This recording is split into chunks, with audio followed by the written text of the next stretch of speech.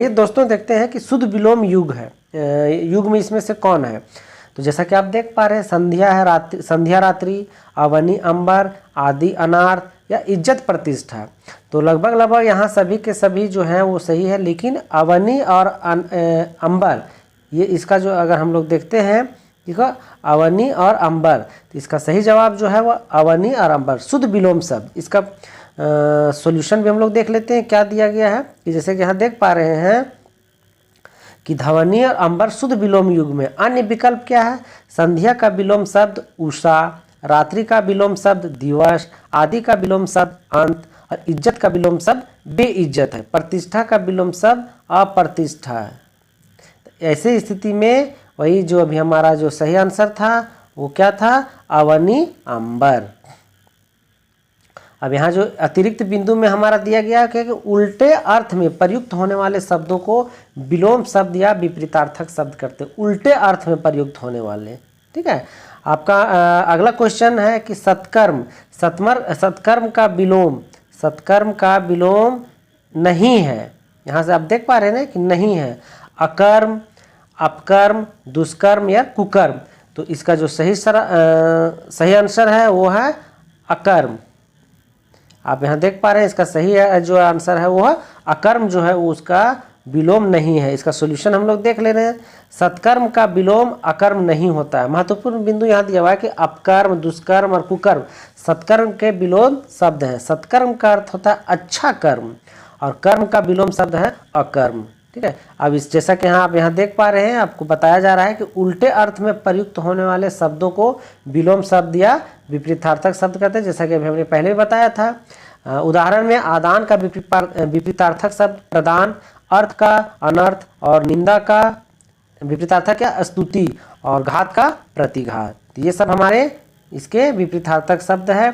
आपका अगला क्वेश्चन है कि निर्भय का विलोम क्या होगा? निर्भय, दुर्भय, अभय, भय रहित या सभय। तो इसका जो सही जवाब होगा वो होगा सभय, ठीक है। निर्भय का सभय। इसका सॉल्यूशन हम लोग देख लेते हैं क्या दिया हुआ है कि निर्भय का विलोम होता है सभय। अन्य विकल्प में दिए गए शब्द दुर्भय, अभय, भय रहित, निर्भय के ही पर्यायवाची शब्द है, इसलिए इसका जो सही आंसर होना था वो था सभय। आपका अगला क्वेश्चन है, जैसा कि आप यहाँ देख पा रहे हैं कि विलोम की दृष्टि से कौन सा युग्म सुमेलित है? कौन सा युग्म जो है वह सुमेलित है? दममंद, आलोक ज्योति, वाम दक्षिण या नूतन मलिक। इसमें से कौन सा शब्द सही है, सुमेलित है? तो इसका जो सही जवाब है वो है वाम दक्षिण। वाम दक्षिण जो है इसका सही जवाब है। आपका अगला क्वेश्चन कि विशिष्ट किसका विलोम शब्द है? विशिष्ट किसका है? अनिष्ट का, शिष्ट का, अवशिष्ट का या सामान्य का। तो इसका जो सही जवाब है वो है सामान्य। सामान्य का विशिष्ट। इसका हम लोग सॉल्यूशन देख ले रहे हैं कि विशिष्ट सामान्य का विलोम। अन्य विकल्प दिया, अनिष्ट का विलोम होता है इष्ट और शिष्ट का विलोम होता है अशिष्ट और अवशिष्ट का विलोम होता है अशेष, इसलिए इसका सही जवाब दिया हुआ है। आपका अगला क्वेश्चन है कि विवाद का विलोम क्या होगा? विषाद का विलोम क्या होगा? विषाद का क्या होगा? हर्ष, प्रमाद, शोक या अवसाद। तो इसका सही जवाब है हर्ष। विषाद का हर्ष होगा। हम लोग इसका सॉल्यूशन देखते हैं कि विवाद का विलोम हर्ष होता है। अन्य प्रमाद का विलोम शब्द सावधानी। प्रमाद का अर्थ होता है नशा या असावधानी। शोक का होता है हर्ष और अवसाद का होता है प्रसन्नता।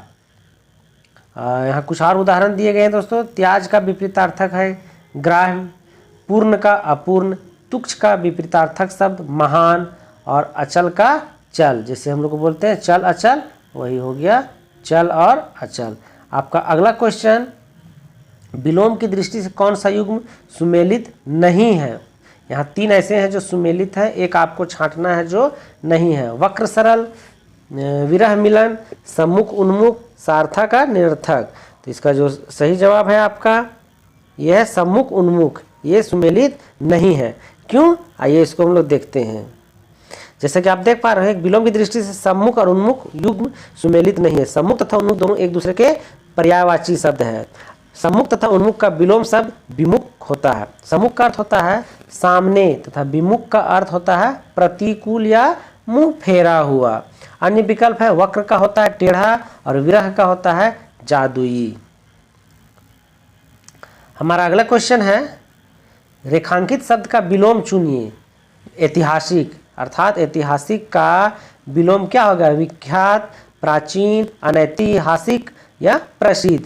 तो इसका सही जवाब जो होगा वो होगा अनैतिहासिक। विलोम शब्द ऐतिहासिक का अनैतिहासिक, ऐतिहासिक का विलोम शब्द अनैतिहासिक। अन्य विकल्प जो दिया गया है विख्यात, विख्यात का विलोम शब्द जैसा कि आप देख पा रहे हैं कुख्यात, और प्राचीन का विलोम शब्द अर्वाचीन, और प्रसिद्ध का अप्रसिद्ध। ठीक है, हम लोग अगला क्वेश्चन देख रहे हैं सक्षम। जैसा कि आप देख पा सक्षम का विलोम, सक्षम का विलोम गर्जन, वर्जन, निर्जन या अक्षम। तो जैसा कि यह क्वेश्चन है इसका सही जवाब होगा अक्षम।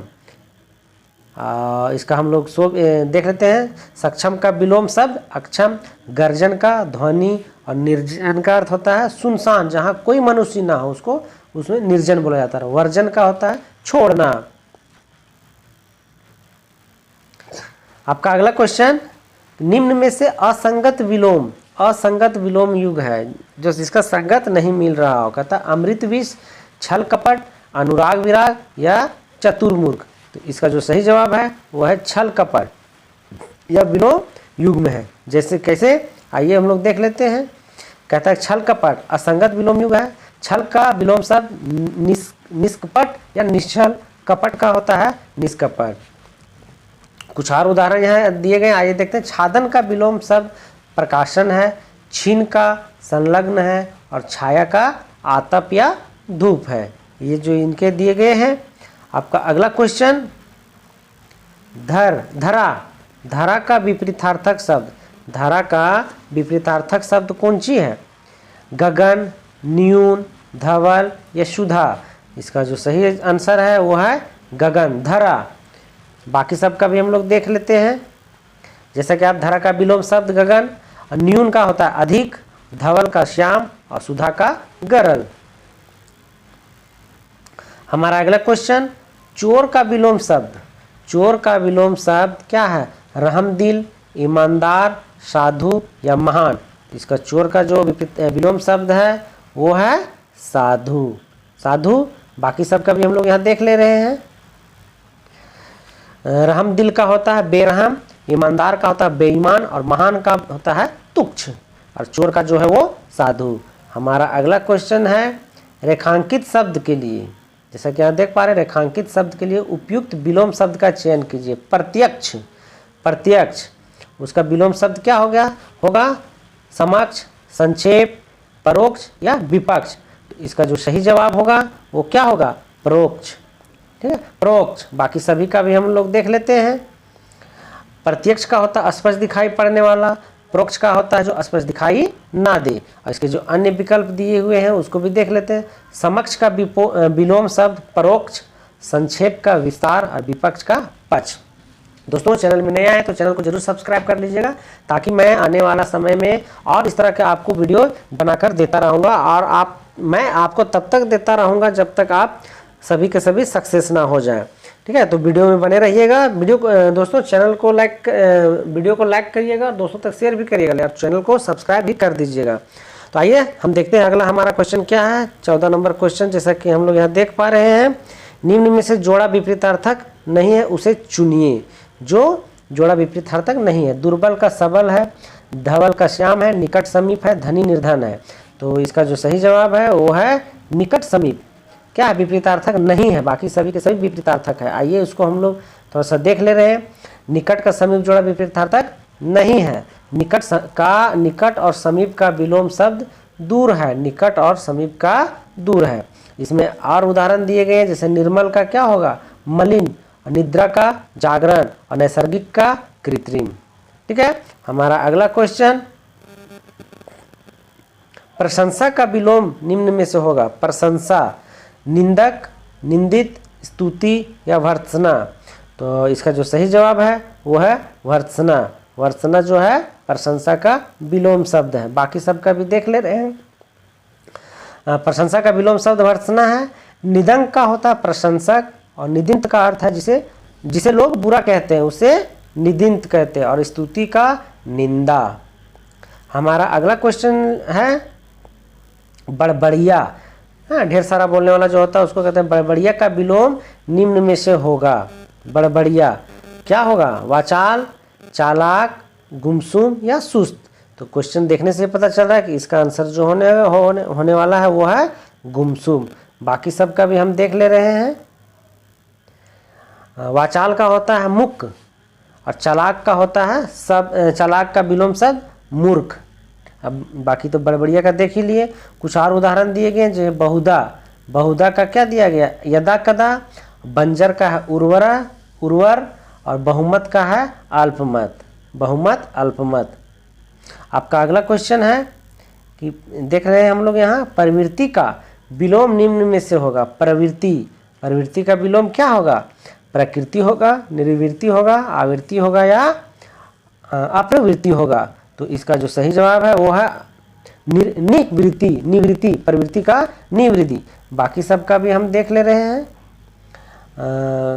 प्रखर का विलोम शब्द मंद है। प्रवर का विलोम शब्द अवर है, और प्लवन का संक्षेपण है। आपका अगला क्वेश्चन है अधोलिखित विलोम शब्द युग में से कौन सा एक युग सही नहीं है? अधोलिखित मतलब नीचे जो दिए गए हैं उसमें से कह रहा है कौन सा एक विलोम शब्द युग में से कौन सा सही नहीं है। खरा खोटा, गहरा उथला, गुप्त गृहस्थ, तटस्थ और पक्षधर। तो इसका जो सही जवाब है वो क्या होगा? गुप्त गृहस्थ। अब इसको हम लोग देखें गुप्त और गृहस्थ का क्या है एक्सप्लेनेशन देख लेते हैं। गुप्त गृहस्थ में देख पा रहे हैं कि विलोम शब्द युग्मों की दृष्टि गुप्त गृहस्थ युग्म सही नहीं है, क्योंकि गुप्त का विलोम होता है प्रकट और गृहस्थ का होता है सन्यासी। इसलिए ये आंसर गलत था, ये पर्यायवाची विलोम शब्द नहीं था। हमारा अगला क्वेश्चन है सजल का विलोम है। सजल का विलोम क्या होगा? फजल, गजल, निर्जल या कंदन। तो आप लोग भी इसका जवाब दे सकते हैं। इसका जो सही जवाब होगा वो होगा निर्जल। इसका एक्सप्लेनेशन भी देख ले रहे हैं कि सरल का विलोम शब्द निर्जल होता है, क्रंदन का होता है स्मित, ठीक है। और आगे कुछ और दिया गया है, जैसे सूक्ष्म का विलोम होता है स्थूल, अगम का होता है सुगम, और स्थावर का होता है जंगम। हमारा जो अगला क्वेश्चन लिया गया है दोस्तों वो है तरुण का सही विलोम। तरुण का सही विलोम क्या है? तरुण का अरुण, वरुण, वृद्ध या करुण। इसका जो सही जवाब है वो है वृद्ध। वृद्ध जो है इसका सही जवाब है। जैसा कि हम लोग यहाँ देख पा रहे हैं करुण का विलोम शब्द निष्ठुर होता है। तो जो विपरीतार्थक और विलोम शब्द था वो यहाँ हमारा 20 क्वेश्चन लिया गया था, वो 20 क्वेश्चन पूरे हो गए हैं दोस्तों। आइए हम कुछ और क्वेश्चंस को देखते हैं, वो है वाक्य भेद। हम लोग यहाँ देखेंगे अब अगला क्वेश्चन वाक्य भेद। आइए देखते हैं वाक्य भेद में अगला क्वेश्चन वाक्य विग्रह का अर्थ। वाक्य विग्रह का अर्थ क्या होता है? जैसा कि आप लोग यहाँ देख पा रहे हैं, तो मैं डायरेक्ट आपको आंसर बताऊँ। वाक्य खंडों को अलग अलग करके उनका संबंध बताना, उसे वाक्य विग्रह। विग्रह का मतलब होता है बांट देना। तो हमारा आंसर हो गया वाक्य खंडों को अलग अलग करके उनका संबंध बांट देना। आपका अगला क्वेश्चन दिया गया है वे वाक्य सरल वाक्य कहलाते हैं जिनमें क्या वे वाक्य सरल वाक्य कौन कहलाते हैं? एक से अधिक प्रधान उपवाक्य हो, या एक ही उद्देश्य और एक ही विधेय हो। जैसा कि इसका हम लोग देख पा रहे हैं, एक ही उद्देश्य और एक ही विधेय हो, उसे क्या कहते हैं? सरल वाक्य कहते हैं।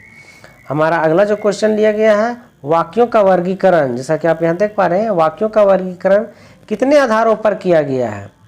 तो इसका सही जवाब है कितने दोस्तों? कितने? इसका सही जवाब है 2। कौन कौन से हैं उसको हम लोग यहाँ देख लेते हैं। वाक्यों का वर्गीकरण 2 आधारों पर किया गया है, रचना के आधार पर और अर्थ के आधार पर। रचना के आधार पर 3 भेद दिए गए हैं, सरल वाक्य, मिश्र वाक्य और संयुक्त वाक्य। और अर्थ के आधार पर जो है उसके 8 भेद हैं। तो इसको जब हम लोग डिटेल्स पढ़ेंगे तो देख लेंगे, लेकिन अभी हमें सिर्फ इतना ही याद रखने हैं कि कौन कौन से हैं। हमारा अगला क्वेश्चन है शायद पिताजी आ जाएं किस प्रकार का वाक्य है? शायद पिताजी आ जाएं किस प्रकार का वाक्य है? तो इसमें हम लोग जो सही उत्तर है वो है संदेहार्थक, अर्थात संदेह जताया जा रहा है कि वो आ सकते हैं। अब संदेहार्थक में क्या है इसका सॉल्यूशन हम लोग देखते हैं। जैसा कि आप सबको संदेहार्थक वाक्य किनको कहते हैं? पिताजी आ जाए। संदेहार्थक वाक्य, इस वाक्य में संदेह जताया जा रहा है कि हो सकता है कि पिताजी आ जाए, इसलिए यह संदेहार्थक वाक्य। संदेहार्थक वाक्य किसको कहते हैं? जिन वाक्यों से संदेह या संभावना व्यक्त होती है उसे संदेहार्थक वाक्य कहते हैं। उदाहरण, शायद शाम तक आकाश घर आ जाए। और आज्ञार्थक शब्द किसको कहते हैं? वह वाक्य जिनमें आदेश, आज्ञा, अनुमति का पता चलता हो, उन वाक्यों को आज्ञावाचक वाक्य कहते हैं। यह काम तुमको करना है, हमने उसे आज्ञा दिया है, ठीक है। और इच्छार्थक का क्या मतलब? जिन वाक्यों से किसी इच्छा, आशा, आशीर्वाद या शुभ कामना का बोध होता है उन्हें इच्छावाचक बोध कहते हैं। भगवान करे सब कुछ सकुशल वापस आए, ये हो गया इच्छा। संकेतवाचक, जैसे कि नाम से पता चल रहा है कि वे वाक्य जिनमें हमें एक क्रिया या दूसरी क्रिया पर निर्भर होने का बोध हो, ऐसे वाक्य संकेतवाचक वाक्य कहलाते हैं। अगर तुम परिश्रम करते हो तो आज सफल हो जाओगे, ये जो है वह संकेतवाचक है। आइए दोस्तों हम अगला क्वेश्चन देखते हैं। उसने अपने को निर्दोष घोषित किया। इस सरल वाक्य के मिश्र वाक्य का रूप निम्नलिखित में कौन सा होगा? तो इसमें इसका जो सही जवाब है, उसने कहा कि मैं निर्दोष हूँ। उसने कहा कि मैं निर्दोष हूँ, यह है सरल वाक्य। आपका अगला क्वेश्चन, निम्नलिखित वाक्यों में कौन सा मिश्र वाक्य है? मिश्र वाक्य इसमें से कौन है? तो जैसा कि हम लोग देख पा रहे हैं, इसका जो सही जवाब है, अध्यापक देखते हैं कि छात्र पढ़ते हैं, ये मिश्र वाक्य है। मिश्र वाक्य का हम लोग सोल्यूशन यहाँ थोड़ा देखते हैं। मिश्र वाक्य, जिन वाक्यों में एक प्रधान मुख्य उपवाक्य हो और अन्य आश्रित गौण उपवाक्य हो, जो आपस में जो, क्योंकि, जितना, जैसा, जब, जहाँ, तथापि आदि से मिश्रित मिले जुले हो, उन्हें मिश्रित वाक्य कहते हैं। इनमें एक मुख्य उद्देश्य और मुख्य विधेयक के अलावा एक से अधिक समापिका क्रियाएं होती हैं। जैसे मैं जानता हूँ कि तुम्हारे अक्षर अच्छे नहीं बनते हैं। अन्य विकल्प जो दिए गए थे वो क्या? अध्यापकों के सम्मुख छात्र पढ़ते हैं, सरल वाक्य का उदाहरण है। क्या अध्यापकों के सम्मुख छात्र पढ़ते हैं, सरल वाक्य का उदाहरण है। और छात्र पढ़ते हैं और अध्यापक उन्हें देखते हैं, यह एक संयुक्त वाक्य है। अगला क्वेश्चन देख लेते हैं दोस्तों कि निम्नलिखित प्रश्न में 4 विकल्पों में से उस विकल्प का चयन करें जो सही वाक्य भेद का विकल्प हो। कौन सा है इसमें? तो जो इसमें है संयुक्त वाक्य, जैसा कि हम लोग इसको देख पाएंगे। संयुक्त वाक्य क्या है हम लोग देख लेते हैं। वह पुस्तक खो गई थी परंतु मुझे मिल गई, संयुक्त वाक्य का उदाहरण है। संयुक्त वाक्य अब कहते किसको है?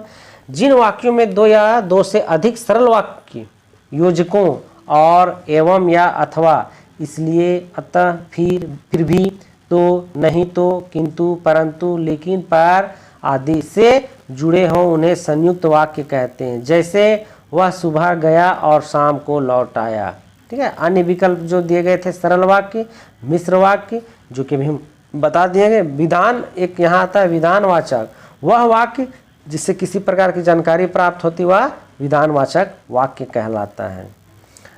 हमारा अगला क्वेश्चन, निम्नलिखित प्रश्न में 4 विकल्पों में से उस विकल्प का चयन करें जो सही वाक्य भेद का विकल्प हो। तो हम लोग देख लेते हैं उसमें कौन है। इसका सही जो उत्तर है वो है संयुक्त वाक्य। संयुक्त, इसकी तलाशी लो और घड़ी मिल जाएगी, ये क्या है?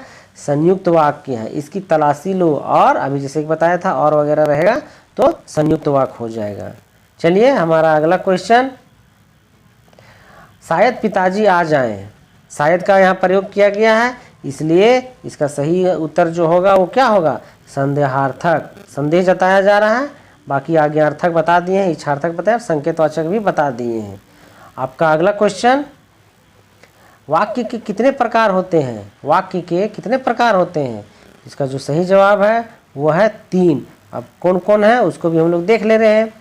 वाक्य के 3 प्रकार होते हैं, सरल वाक्य, संयुक्त वाक्य तथा मिश्र वाक्य। सरल वाक्य हम लोग देख ले, हम देखते हैं कि प्रथम वाक्य केवल एक उद्देश्य और विधेय रहता है, ऐसे वाक्य को सरल वाक्य कहते हैं। और संयुक्त में क्या बताएं कि अनेक स्वतंत्र उपवाक्यों का समूह जो अर्थ के लिए एक दूसरे पर आश्रित नहीं होते हैं, संयुक्त वाक्य कहते हैं। उन्हें यौगिक अथवा संश्लिष्ट वाक्य भी कहते हैं। और मिश्र वाक्य क्या है?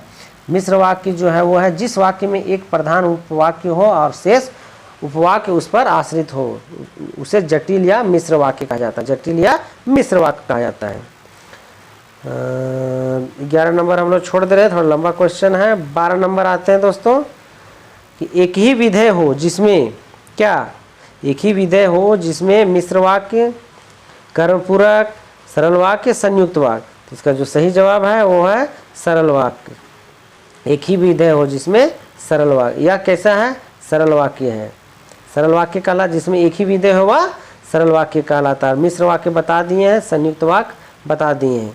अब हम लोग आगे आते हैं कि वाक्यों का वर्गीकरण मुख्यतः कितने प्रकार से होता है? वाक्यों का वर्गीकरण मुख्यतः कितने प्रकार से होता है? इसका सही जवाब है 2।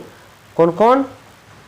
जैसे कि यहाँ बता दे रहे हैं कि वाक्यों के वर्गीकरण मुख्य दृष्टि से होता है रचना की दृष्टि से तथा अर्थ की दृष्टि से। पहले भी बताए हैं कि रचना के अनुसार वाक्य 3 प्रकार के होते हैं, सरल वाक्य, मिश्र वाक्य और संयुक्त वाक्य। और अर्थ के दृष्टिकोण से 8 बताए गए हैं, जिसमें इसको हम लोग बाद में पढ़ेंगे बारी बारी से। आपका अगला क्वेश्चन है रचना के आधार पर वाक्य के भेद। रचना के आधार पर वाक्य के कितने भेद हैं? 3 भेद हैं। ठीक है, रचना के आधार पर जैसे कि अभी हम लोग बताएं कि कौन कौन है, सरल या साधारण, मिश्र और संयुक्त। सरल वाक्य और संयुक्त वाक्य, और तीसरा क्या बताएं? मिश्र वाक्य। आपका अगला क्वेश्चन संरचना के आधार पर किए गए वाक्य के वर्गीकरण में इनमें कौन सा प्रकार नहीं है? कौन सा प्रकार नहीं है? तो इसका जो सही जवाब है आज्ञार्थक वाक्य। संरचना के किए गए वाक्य के वर्गीकरण में इनमें से कौन सा प्रकार नहीं है? क्या है सॉल्यूशन वो भी देख ले रहे हैं। आज्ञार्थक वाक्य अर्थ के आधार पर वाक्य का भेद नहीं है। आज्ञार्थक अर्थ क्या है? वाक्यों से आज्ञा, प्रार्थना, उपदेश आदि का ज्ञान होता है। ठीक है, तो चलिए हम लोग आगे बढ़ते हैं। क्वेश्चन नंबर 16 को देख ले रहे हैं। जब पानी बरसता है तब मेंढक बोलते हैं। में जब पानी बरसता है कौन सा वाक्य है?